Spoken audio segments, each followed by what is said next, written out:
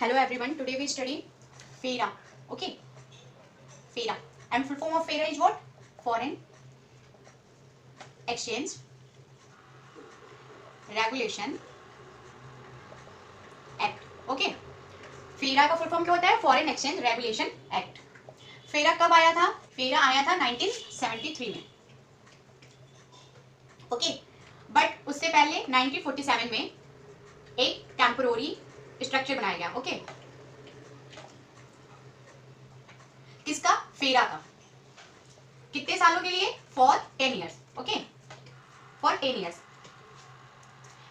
फिर देखिए, फिर क्या हुआ? 1973 में एक एक्ट पास हुआ. कौन सा? फेरा एक्ट. ओके, फेरा एक्ट पास हुआ. ओके, फिर 1974 में ये एक्ट क्या हुआ? इन्फोर्स हुआ 1974 में. ओके, 1974 फर्स्ट जैन 1974 में फर्स्ट जैन 1974 में क्या हुआ था? ये एक्ट इन्फोर्स हुआ था. दैट मीन्स एप्लीकेबल हुआ था. ओके, ये एक्ट आया किस लिए था? एम क्या था इस एक्ट का? तो इस एक्ट का मेन एम था रेगुलेटिंग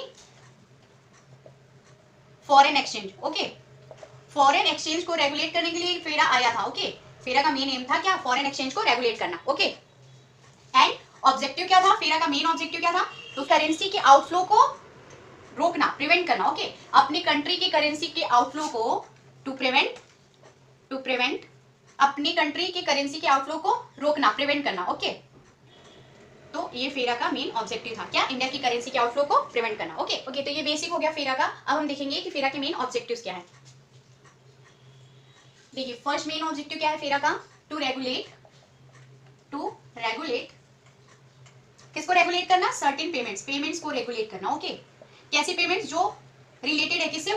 फॉरेन से. जैसे फॉरेन में कोई इन्वेस्टमेंट हो गया. ओके, ये फेरा क्या करता है? रेगुलेट करता है किस टाइप की पेमेंट्स. फॉर एग्जांपल, अगर आप फॉरेन में इन्वेस्टमेंट कर रहे हैं या इस टाइप का जो पेमेंट है वो उसको रेगुलेट करता है. Okay, now second point is to regulate. और फेरा किसको रेगुलेट करता है? Dealing in foreign exchange. Okay, देखिए, फॉरेन सिक्योरिटीज में अगर आप डील कर रहे हैं तो उसको कौन रेगुलेट करेगा? फेरा करेगा. ओके, फॉरेन सिक्योरिटीज और फॉरेन एक्सचेंज में अगर आप डील करते हैं तो फिर उसको फेरा रेगुलेट करता है. Now third point is to regulate. किसको रेगुलेट करता है फेरा?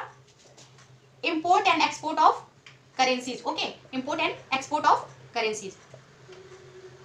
देखिए, अगर करेंसी से रिलेटेड इंपोर्ट और एक्सपोर्ट हो रहा है तो उसको कौन रेगुलेट करेगा? फेरा करेगा. इनडायरेक्टली आप ये समझ जाइए कि फॉरेन से रिलेटेड इन्वेस्टमेंट है या जो भी है उसको कौन रेगुलेट करता था? फेरा करता था. Fourth point is what? To regulate holdings of immovable property. Okay, immovable property. देखिए, इमूवेबल एसेट से रिलेटेड होल्डिंग आउटसाइड इंडिया. कोई भी इमूवेबल प्रॉपर्टी की होल्डिंग्स को कौन रेगुलेट करता था?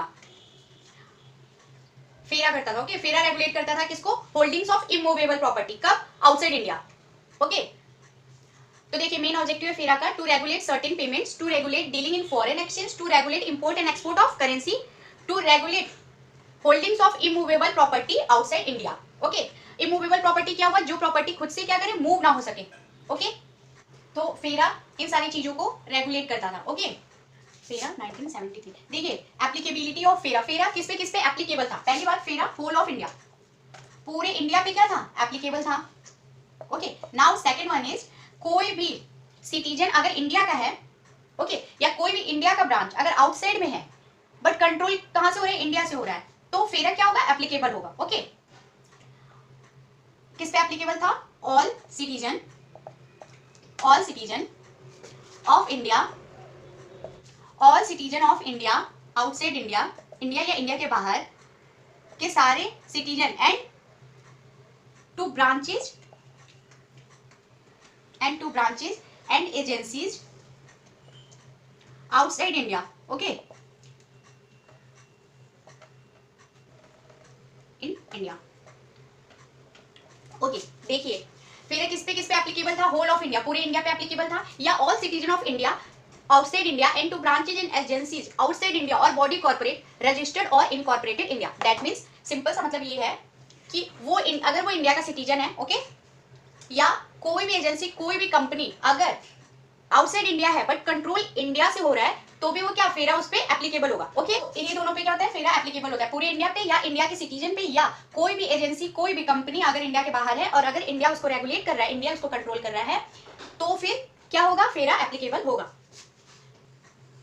Now we study provisions of FERA. देखिए फेरा एक बहुत स्ट्रिक्ट रेगुलेशन था, ओके।